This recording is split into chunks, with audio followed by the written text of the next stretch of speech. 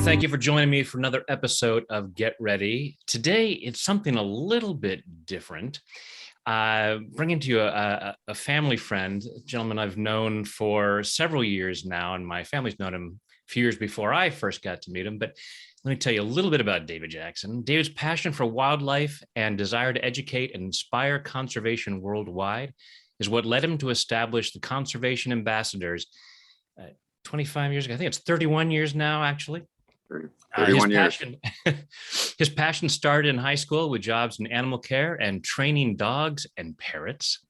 His unique experiences inspired him to pursue a career in the animal care field.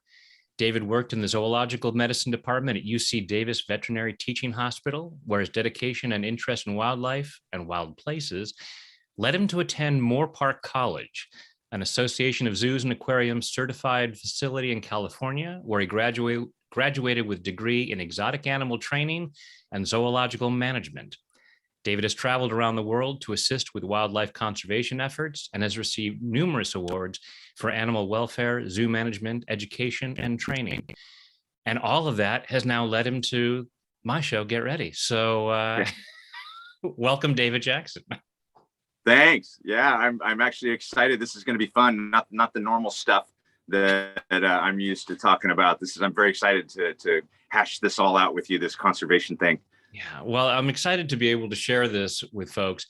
I think it may have been the first time I went to one of your events and I took a video with Seema, your tiger, and posted it. And so some of the people, or at least one person said, "Oh no, tigers in captivity. Oh, that's so wrong." And I had to say, no, wait, I hear you, and not what's happening here.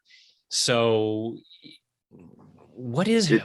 It's true. It's the age-old thing. It's unfortunately it's the first thing that people do is they have compassion, of course, and they feel sorry for an animal in a cage. And that's absolutely valid. I mean, it's absolutely valid. We don't want these animals. I don't want any of my animals in cages. We don't want to have to do this. The thing is it's unfortunately necessary. These animals are homeless. They're not animals that can go back in the wild.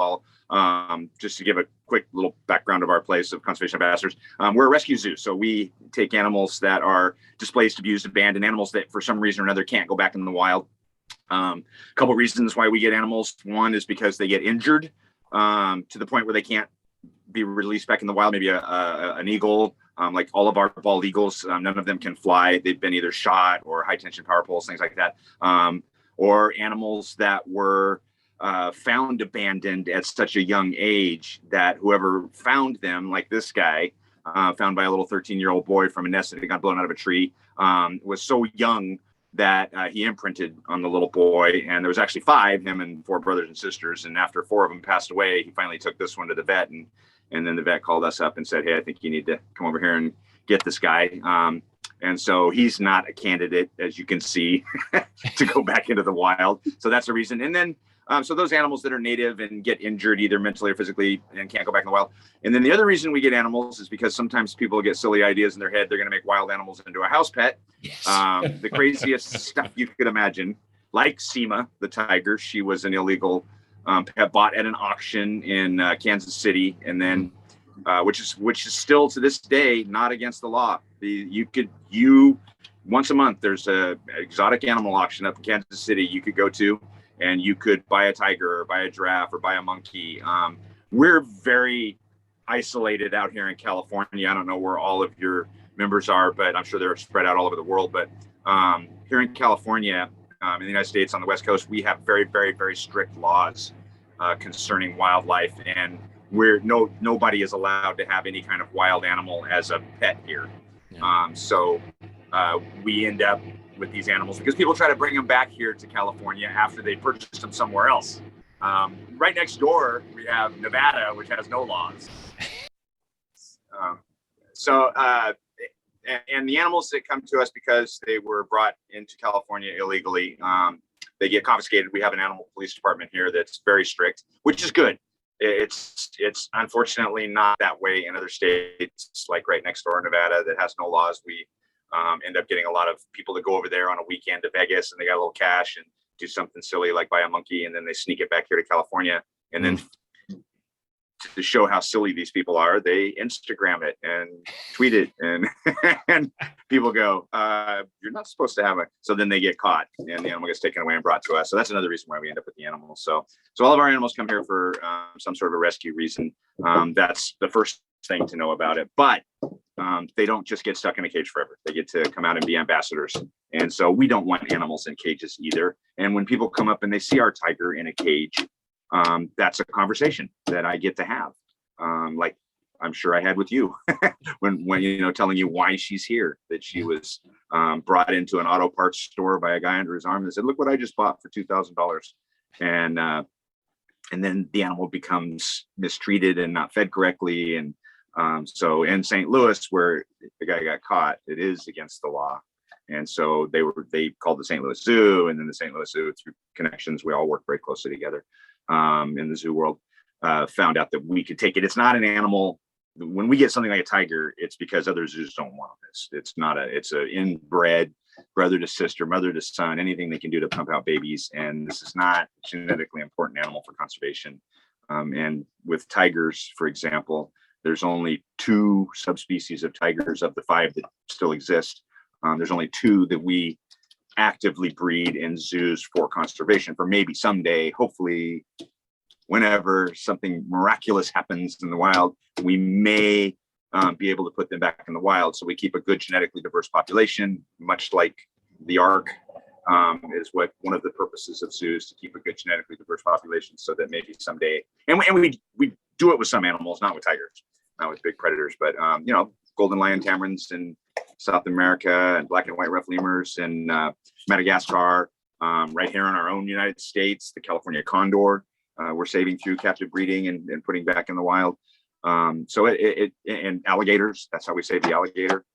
So it's a very, very important thing that we do. It's just really, really hard. And part of the process of doing that is education. If nobody knows about it, nobody's going to care about it, and nobody's going to help us do it. So that's why we end up with a lot of these animals. And so they're serving their purpose. They're serving 25% of conservation, because conservation is habitat protection, education, which is the one that everybody always forgets about, propagation, and research. Those are the 4, and they're all equal. Without the research, we don't know what we're doing. Without the propagation, we won't have the animals that if someday maybe we can release them. Without all these things together, working together, those 4 things, it doesn't happen. So we're the 25% education. Yeah. And so that's our purpose for existing. So that tiger is in a cage, but it's serving a very, very important function for conservation.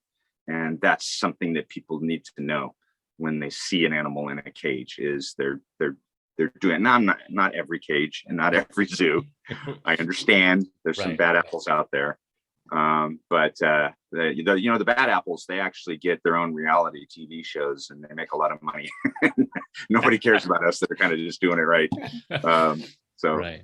And it's that, and it's true, that education part, that it's, so many people go to the zoo and enjoy it. I've always enjoyed going to zoos, but that whole conservation aspect, so many people are not aware of. And so a lot of folks think it's just exploitation. It's just animal exploitation. And it's like, well, this may be how we keep these animals around, because there are certain people who are not so worried about whether the animals go away. Yeah. I think it started off, you go back hundreds of years in the menageries, and people that were basically hunters that also were conservationists, because they need to keep and maintain the habitats for the animals that they want to shoot. It's much like Ducks Unlimited is a conservation organization.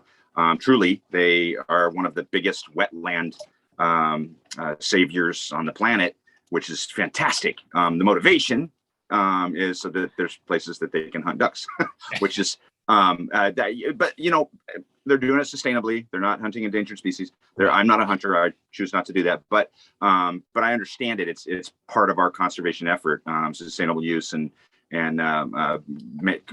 wildlife management through hunting and things like that.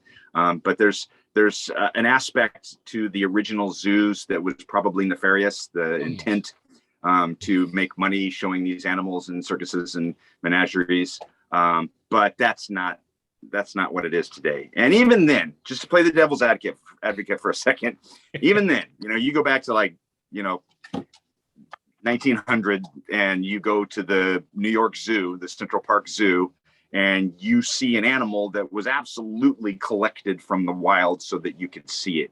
Right. But here's the thing, even then, even though maybe the purpose of the people who started the zoo, not anymore, those zoos are actually owned by Wildlife Conservation Society now, and they're one of the biggest conservation organizations on the planet. You should look them up, WCS. But back then, maybe the intent was not noble, but the result was because people discovered and fell in love with animals they never even knew existed. Right. And since then, when a conservation effort needs help, those people that got to meet that animal and see it in person are the ones that are going to throw a buck towards the conservation effort. And so even in the very beginning, when the menageries had nefarious intent, the job of the animal, and most importantly, the people taking care of the animal, who dedicate their lives to animal welfare, to making sure that these animals are happy and healthy, to make sure that they're not living a stressed life, that they have everything they need, the best food, the best shelter. Maybe the big corporation that started or whatever didn't have that intent, but they had to hire people like me. They had to hire guys like me and ladies like my wife that dedicate their entire existence to taking care of these guys. And so even if you don't like the intent of a specific zoological organization, the fact is that if you persecute the whole organization, you're really taking away animal care abilities, and people that have dedicated their lives to taking care of those animals. They're not going anywhere. Those animals they cannot be put back into the wild. They're not genetically set for it. They're all animals that were, God knows, bred in captivity and to who. Right. And they're animals that are super important for conservation education, and the people that are taking care of them are dedicating their lives to do that. And that's something to remember when maybe you feel sorry for an animal in a cage, is think about the people that are there that are making absolutely squat to scoop the poop and give them the shots and make sure they're healthy and happy, and give them the behavioral enrichment and the environmental enrichment that they do. They dedicate they go to bed at night dreaming of the things that they can do for their animals the next day. That's what's actually happening at most of those places. And I understand that dedication thing, because I don't know if I have mentioned this to you before, but when I was much, much younger, and I had thought, you know what, I might go into zoology. And I heard about Moore Park College, and I thought, maybe I'll go to Moore Park College. And then I found out how intense a program it is and the level of dedication. And I'm like, I don't know that I have that in me. Yeah, it's I don't want to do the comparison of back 35 years ago when I went to Moore Park. We had to, but truly when we were there, it's and still today, these students have to do much more scholastically than we had to do back then. But we had to run the zoo. We were the caretakers and the keepers 24/7. We had to sleep there at night. We had to take care of them 24 every hour on the hour, walking around the zoo, doing rounds, making sure they had food, water. They weren't, they were comfortable. They had the proper heat and cooling, or substrate or shelter or whatever. And that's basically to teach us that when you get out there and you take the responsibility for an animal, this bird is going to live 40 or 50 years. And so I'm basically making a commitment for the rest of my life to take care of this animal. And that's a huge commitment. So you got to really stop and think about it. Moore Park was a great place to give us that basis. Not everybody made it. We had 52 students that were accepted. They do a big process and they usually only accept about 50 students a year. And out of that, 26 graduated, so exactly half. So there was 50% attrition of people that just couldn't cut it. So yeah, and it's still like that today. A lot of people just leave there and go become a real estate agent. Like, I ain't doing this. That is intense. Lots of work. Yes, very intense. And you also learn, you deal with things that you don't think about. You may love animals and you may think, working with them is going to be this great thing, which it is. But there's aspects of it like sick animals, dying animals, accidents. There's aspects of this that you don't think about and that you have to deal with, especially after doing it for 31 years, here at this organization, and, almost 40 for my life. I've been doing this. It's that's the part you don't think about, and it's all part of it, and getting kicked and Beals is like, pay attention to me. There was he coughed up a nice little pellet for me there. That's a gift. What that is, I don't know if you can see it, but what that is it's all the stuff that of the mice that he ate. That's all the fur and the bones and everything that he didn't use, and he just gave that to me. That's how much he loves me. He's a giver. I know my brother-in-law Al has a strong bond with Beals. Yes, he does. He absolutely does. Al has a very strong bond with Beals. Yeah, this guy. This is just for anybody who doesn't know about ravens. Ravens are the smartest birds in the world. You're looking at, one of the smartest animals on the planet. Well, not him; he's an idiot. But ravens in general, they have chimpanzee intelligence, a brain the size of a shelled walnut, and this guy can solve problems. They give them these problems in universities where they have to do multiple steps, like they have to modify a tool to get at a tool to get at food, and that kind of multi-step thinking. It's like ravens and crows, chimpanzees, and a few college students, and it's really difficult stuff, and these guys can just nail it. Like, they learn it really easily. Even in the wild, they do crazy stuff. Grab nuts and sit up on a light pole and wait till the cars all stop at the stoplight and go down and set them specifically where the tires are going to run over the nuts, and then go back up and wait for the next light cycle and go back down and get the nuts stuff. I mean, they're just super, super smart animals. So next time any of you are out anywhere and somebody calls you a bird brain, just look at them and go, thank you. Thank you. Well, and that's one of the things that I love about when you guys are doing the Zoo to You and coming out, and because I know at the events I've been to, one, the folks just love seeing the animals and getting close to them, but then finding out things like that, because, so often we, it's like, oh yeah, I like animals. I like seeing them. Maybe I like petting the ones that I have, but there's so many fascinating things. Endless. I learn every day. I know nothing. The amount of stuff I don't know is a million times more than I know about these guys. Even the animals that I have in my own care, constantly learning, and they're constantly teaching us. And I try. It's kind of what's great, when I go to a school and I've got 300 kids in an assembly program, I have to get 300 kids to pay attention to you, it's hard enough. I mean, I got really cool props, but you got to be really animated. But I've got to believe what I'm saying, and the greatest part is I do, and I get to learn new stuff all the time. So when I'm telling the kids something about like this animal, like how smart he is and everything, I'm excited. Like I'm like, it's like telling your mom or your best friend or something that you just learned. Like, oh my God, did you know this? And then the kids are like, what? Yeah.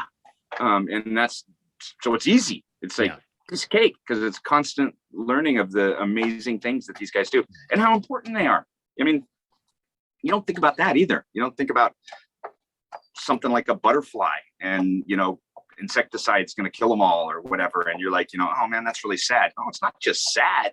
That butterfly might be so important to that ecosystem, to that circle of life where it lives. It might be the only butterfly that pollinates a certain flower that's eaten by a certain animal that's eaten by another animal, the whole circle of life thing. And you take that one animal out, we learn this all the time. And then that whole system breaks down, and then all of a sudden we suffer. And our world is rocked because the alligators almost went extinct, and cities started to flood, and land was eroding. And, back in the 60s, it was epic. And we didn't save the big scary lizard that ate people because we wanted more big scary lizards that ate people. We saved them because they're the apex predator that the wetlands could not survive without. Right. To keep the balance of predator and prey and everything. So you learn that all the time too. And the weirdest ones, like a duck. A duck is an obligate species to a riparian habitat, to a stream, river habitat. A duck, for God's sake, Right.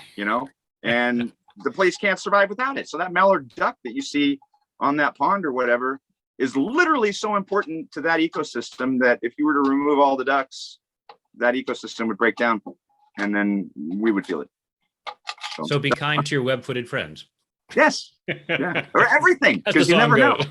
Yeah. You never No, that's know. the thing is, Chris and I both just went through the book River of Doubt about Theodore Roosevelt's journey through an Amazon river. And at different times, the author goes into intricate depth about the ecosystem and how amazing it is, that certain insects can help certain trees at certain times. And it's this amazing web of life that over these, millions of years has developed in such a way.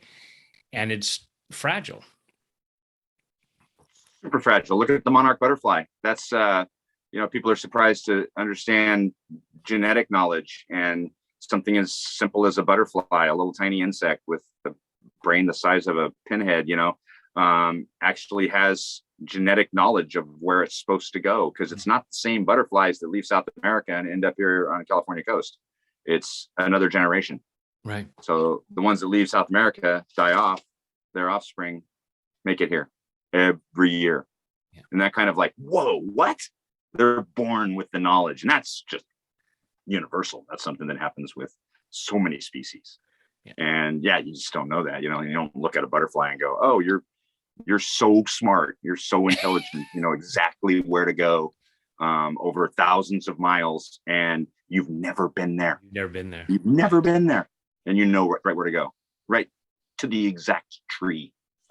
I heard that the numbers in Pismo Beach are up this year, which is good. I know. It's exciting. Yeah. We just had one of the guys on our board of directors, the former director of Moore Park College, America's Teaching Zoo, Gary Wilson, came up here, and him and his wife, Cindy, spent an entire day, since they were going to be up here helping us out, spent an entire day over there seeing them and taking photographs and everything. His son is actually a butterfly expert. He's one of the researchers on planet Earth that knows more about butterflies than almost anybody. Wow. It's, Tyler Wilson. You should look him up. It's something that you wouldn't think would be an important thing, and then you start reading about somebody like that, or start reading about the Pismo butterflies or whatever, and you're like, whoa, like that's going. Thank God there's people that do that. Yeah. I could not. I can scoop tiger poop, but I could not study butterflies. Wouldn't happen. It's the counting them. Look it up, because we've been there a couple of times, and just look it up, and it's like, how do they count these? But yeah, very dedicated people. Yeah, it's like the people that went out and saved the peregrine falcon and the condors and the bald eagles and everything. People that would just spend weeks staring at a nest, all hours of the day, taking shifts 24/7, waiting for a mom eagle to lay an egg so that they could race in with teams to take that egg before she had a chance to crack it, and put a fake egg in its place and everything. It's like, that's just dedication. Yeah. Just to sit there and stare at a nest.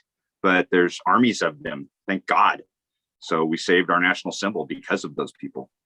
Right. Yeah. And it's what then goes on from that, how it builds and preserves this.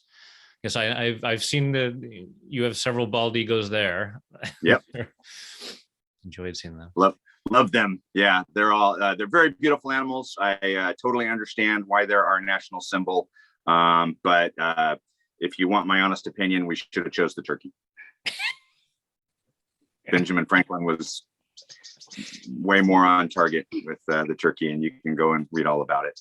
Would have made Thanksgiving more difficult, though. True, but the turkey fits a lot better on the quarter.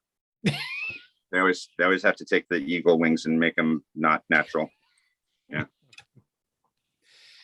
So I think you said that you had some other of your friends there. I want to make sure that they get their screen time. Tarzan. Yeah, this is Tarzan. I know, strange name for a kangaroo, an African name for an Australian animal. but he happens to be helping us right now. He happened to come along in our world here. I'll tell you how the system works for these guys, the reproductive system. It's crazy. But he came along at the same time that we had to rescue another couple animals that were totally unrelated. But we're raising 2 babies right now. We have to raise him in the house, and he's also helping us to raise the other baby that came to us. I had to go rescue 2 illegally owned capuchin monkeys. And on my way back from picking them up, the mom had a baby in the backseat of my truck and then abandoned it. So we've also got Root. Yeah, he was born on Route 66, so we named him Root. So these 2 are actually getting raised together, and they're actually really good friends. And so since he's raising a monkey, we named him Tarzan. Yeah. But yeah, and this is Root. Root is only about a month and a half old, a little capuchin monkey baby. My wife, Lisa, has been raising him since literally the day he was born, because I drove up and hoped that when I opened the crate, the mom would take the baby and run into the habitat and everything would be great. And she did not. We tried for 3 days to reintroduce them, and she wanted nothing to do with it. It's very typical for people that get pet monkeys like that. They allow them to breed too soon. She's only about a 3-year-old monkey, way too soon to be breeding and having a baby. She has no idea what to do. So we'll be raising him with Tarzan here. And maybe someday they will continue to be good adult friends because of it. Give Root back there. But the reason we end up with some of these guys is, believe it or not, this is a kind of popular pet in a lot of states. And there's some states like Georgia that don't even have laws against it. They're kind of like a yard ornament. Around here, you can think of people getting pygmy goats and potbelly pigs, emus, things like that. They think are cool. And then they bring them home and figure out that it's the barnyard animal that eats alfalfa and poops manure and has hooves instead of paws. And then they're disillusioned, and rescue organizations get the call. Can you please take this potbelly pig? Was only supposed to be, miniature. It is miniature at 200 pounds. That's a miniature pig. But believe it or not, people get these little kangaroos, and all they have to do is be with the male once. We got a female one time that had 4 babies over 4 years, because they have diapause, delayed implantation system, to where when the mom mates, she can fertilize 4 or 5 eggs and then give birth whenever she wants. She lets them cook for about 3 days, and then she puts those eggs in stasis. They pause them, diapause. Wow. And then they can pull them back into the plumbing anytime they want. Like, skies are blue, grasses are green. So this female that we rescued, had 4 babies over 4 years, and we didn't have a male. Wow. We didn't have a male at all. And who knows how many she's going to have. But these guys have that crazy system, which they call primitive. But in my opinion, it's actually pretty cool, because if any of you, the moms out there, if you think about this, you can mate once, you can decide to have as many babies as you want. You can have those babies whenever you want. And when they're born, they're the size of a jelly bean. So you're only giving birth to a jelly bean, and it's only about 20 days old. And then it goes up into a pouch that you carry around. And then about 4 or 5 months old, when they're fully furred and kind of baby kangaroo, they start to jump out every once in a while and jump back in. So here we go. Let's review. Mate once, have as many babies as you want, have them whenever you want, give birth to a jelly bean, and at 4 or 5 months, kick it out every once in a while. Who wants to be a kangaroo? Yeah, it's not primitive as far as I'm concerned. But every once in a while, in our situation here with the mob that we have, the mob of kangaroos, the mom will have another baby, because conditions are always perfect, and then animals have more babies when conditions are perfect, and it's always best food, best shelter, everything here. So when he started jumping out at about 5 months old, she had another baby and wouldn't let him back in, which is totally fine, because we do this thing called cross fostering, where we'll help mom take care of him. So he goes out in the mob during the day, hangs out with the mob. Mom don't let him in the pouch, but she lets him nurse.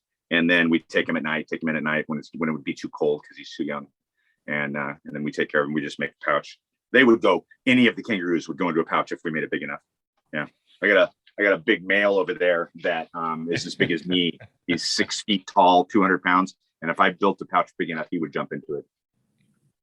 Totally. I think they have a great system, but that's why he stars in. Very cool. Very cool. Yeah, well, it's an amazing place that you have there. I mean, it's awesome visiting there. The times that I've been there, especially going into your backyard with all the kangaroos right there in the backyard, and the lemurs. Yeah, well, everybody's welcome. Come on out. Go to our website. Book a tour. That's how we're surviving right now. Our for 31 years, 30 of the 31 years, I do about 300 school programs a year, and not last year. Yeah, and that's really rough to not be able to do those tours. And the zoo to you, it's like, well, zoo to you when you are able to let us back in. Yeah, in the meantime, we're U to zoo. So we've switched from zoo to U to zoo. We're starting to do school programs again. We're starting back up. Some of the schools are coming back into session. We're doing outdoor programs and smaller groups and things like that. You can imagine kind of the loyal base that we have with these assembly programs. Schools have us back year after year. We have about 10 different programs that we offer on, like, under the canopy about rainforest or vanished on endangered species or North American wildlife, or we have a program called the Unhuggables, all the skunks and porcupines and snakes and lizards and creepy critters. And so we can go to a school, a kindergarten through sixth school. We can go every year, and the kids never see the same animals or hear the same message. And so they have us back year after year. And some of these schools we've been going to for 30 years, they're just like, we have to have a zoo to you assembly. And so we just like figure it out. We either do a Zoom program for all the kids, all the teachers. We did quite a few of those last year. And as we're starting back up again, we're just doing smaller groups and getting back in. Yeah.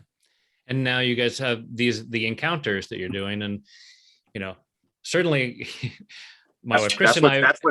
That's what's letting us survive, man. Yeah. That's getting the kind, and we're loving them.